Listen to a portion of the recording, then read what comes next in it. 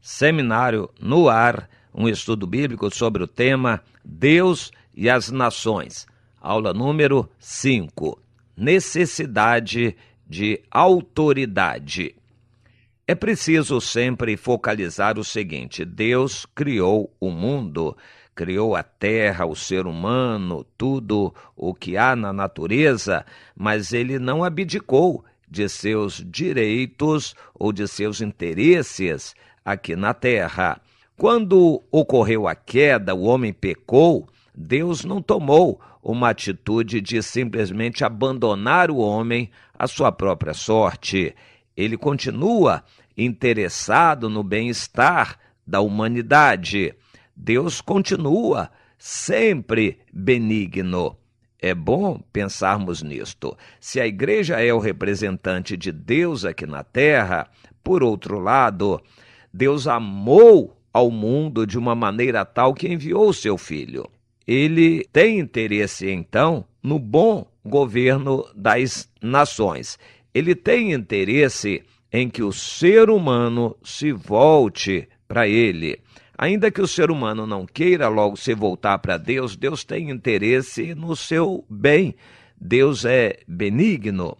O ser humano, quando nasce, mesmo aquele que não tem Deus, e quando nasce ninguém tem Deus, é um homem simplesmente natural, continua dotado de 2 dons naturais de Deus, não espirituais, porém dons naturais: a consciência e o livre-arbítrio. A consciência é um senso de justiça que há no homem, dado por Deus desde o seu nascimento. E o livre-arbítrio é outro dom natural que Deus dá e não toma, a capacidade do homem resolver, decidir o seu destino ou as coisas que lhe dizem respeito. A consciência, guarde bem isto, é um dom natural de Deus para todas as pessoas. É um senso natural de justiça que há em cada pessoa, nos indicando o bem e o mal. Mas a decisão é nossa. A decisão pertence ao livre-arbítrio de cada um, mas a consciência indica o bem e o mal. Algumas pessoas têm este senso de justiça, ou seja, a sua consciência é mais apurada do que outros. Essas pessoas costumam ser escolhidas por Deus para governar. Deus quer escolher as melhores pessoas no mundo, embora elas não tenham um senso espiritual de justiça, não tenham sido nascidas de novo, mas elas têm um senso natural de justiça, uma consciência mais apurada. Deus escolhe essas pessoas para governar.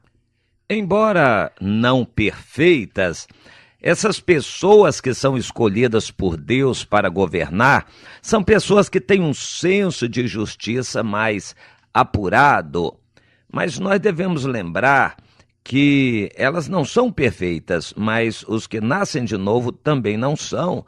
Na sua natureza humana, eles são falhos. E os que Deus escolhe para governar, na sua parte humana, são bem mais capazes do que os nascidos de novo nessa sua parte humana. É interessante observar isto. Mas este senso de justiça, mesmo imperfeito, é usado por Deus nesse dom natural, nessas pessoas que Deus escolhe para governar, porque aponta para uma justiça eterna de Deus. A justiça falha, mesmo falha, aponta para uma justiça eterna e perfeita de Deus. Havendo aqui na terra pessoas com a responsabilidade de fazer justiça, mesmo imperfeita, isto aponta para uma justiça eterna de Deus que vai se manifestar no fim dos tempos. E dessa forma Deus manda que respeitemos essas pessoas, ainda que falhas e imperfeitas, para que elas sejam apoiadas por nós que amamos a Deus. Nós as apoiamos nisto em que elas estão ali para fazer justiça. É o que Deus nos manda na sua palavra. Em Romanos, no capítulo 13, Deus nos diz que todas as autoridades são constituídas por Deus e nós devemos nos submeter a elas.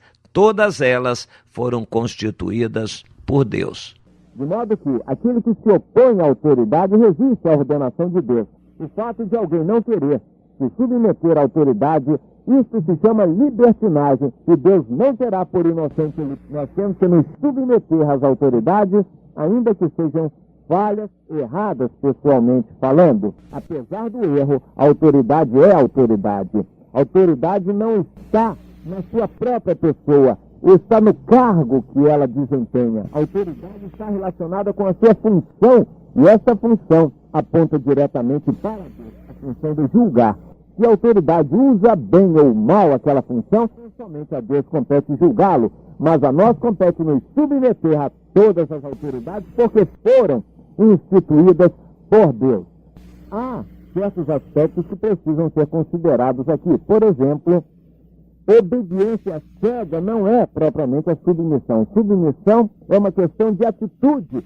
Se a autoridade me mandar negar a Bíblia e me afastar de Deus, eu não vou obedecer. Mas ainda assim eu continuarei submisso. É possível isso? Claro que é.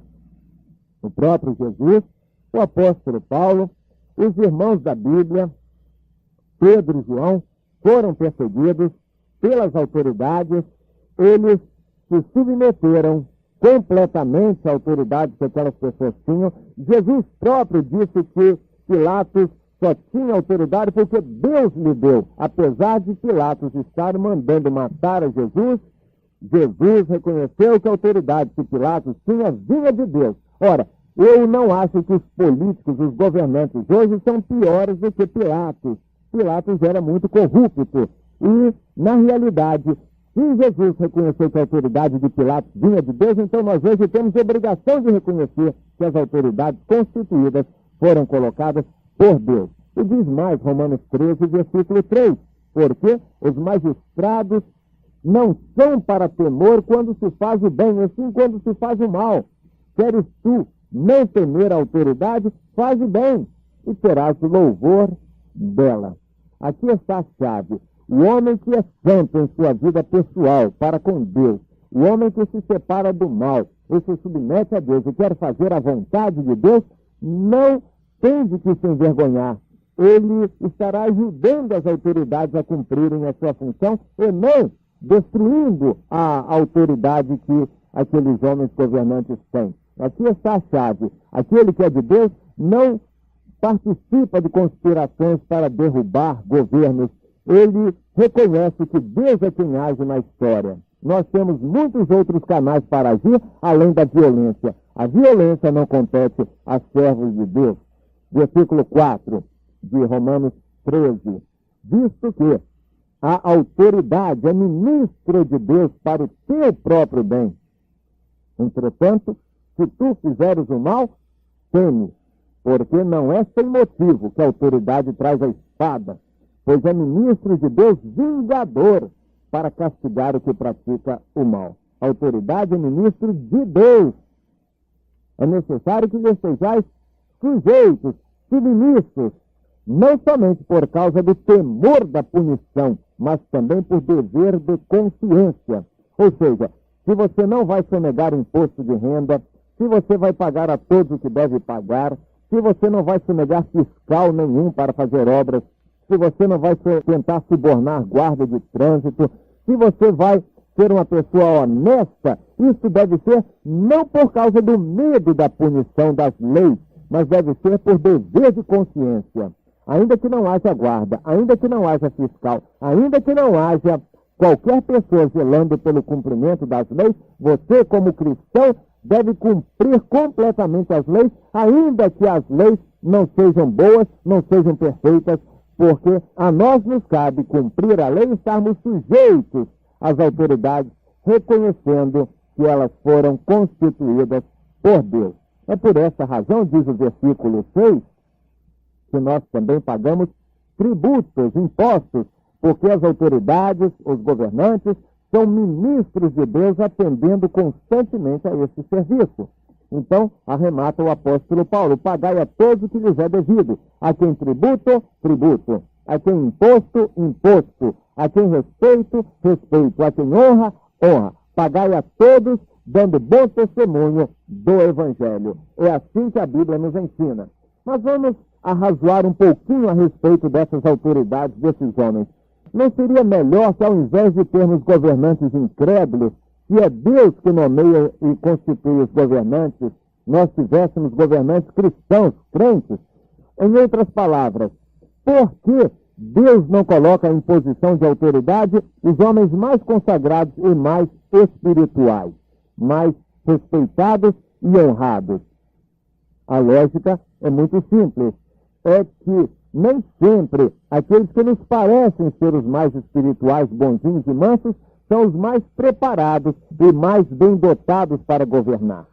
Se nós colocarmos um crente muito consagrado, humilde e bonzinho na direção da igreja, muito provavelmente será um fracasso. A igreja será um fracasso porque ele é espiritual na função dele, mas não para dirigir a igreja. A direção de uma igreja, por exemplo, é só para aqueles que foram dotados e chamados por Deus para isso. Para governar uma nação, somente aqueles que foram chamados e dotados por Deus. Os governantes são os melhores homens que existem na nação para governar. Creia nisso, porque essa é a verdade. E nós temos a prova. Quando se muda homens, quase sempre as coisas podem até piorar. Num país totalitário, de regime de esquerda, uma mulher orava pelos governantes e o governante era odiado por todos, mas ela pedia a Deus que mantivesse a vida daquele homem e o abençoasse. As pessoas que estavam com ela não entendiam, até que ela explicou: eu sou velha, já vi várias mudanças de governo. Sempre que ocorreu uma mudança, foi para pior. Então eu prefiro que esse homem seja mantido, porque outro que subir no lugar dele vai ser pior ainda que ele. Então orava por ele. Compreendeu a lógica desse exemplo? Nós devemos respeitar as autoridades, ainda que sejam errados, são os melhores. A situação sempre pode ser pior do que é. A autoridade vem de Deus. A obediência, a submissão à autoridade agrada a Deus. Se alguém quer agradar a Deus, então obedeça às autoridades. Se você não obedece à autoridade humana a quem vê, como você pode obedecer a Deus a quem não vê? Então, se você quer ser bom cristão, você seguramente, em primeiro lugar, será um bom patriota, um bom brasileiro. Se você não é um bom brasileiro, dificilmente você será um bom cristão. Um servo de Deus espiritual, honrado e que agrada a Deus, certamente é um bom brasileiro também, é um bom cidadão. Esse é o caminho para o progresso e uma influência maior sobre a nação, dando testemunho da verdade. Amém.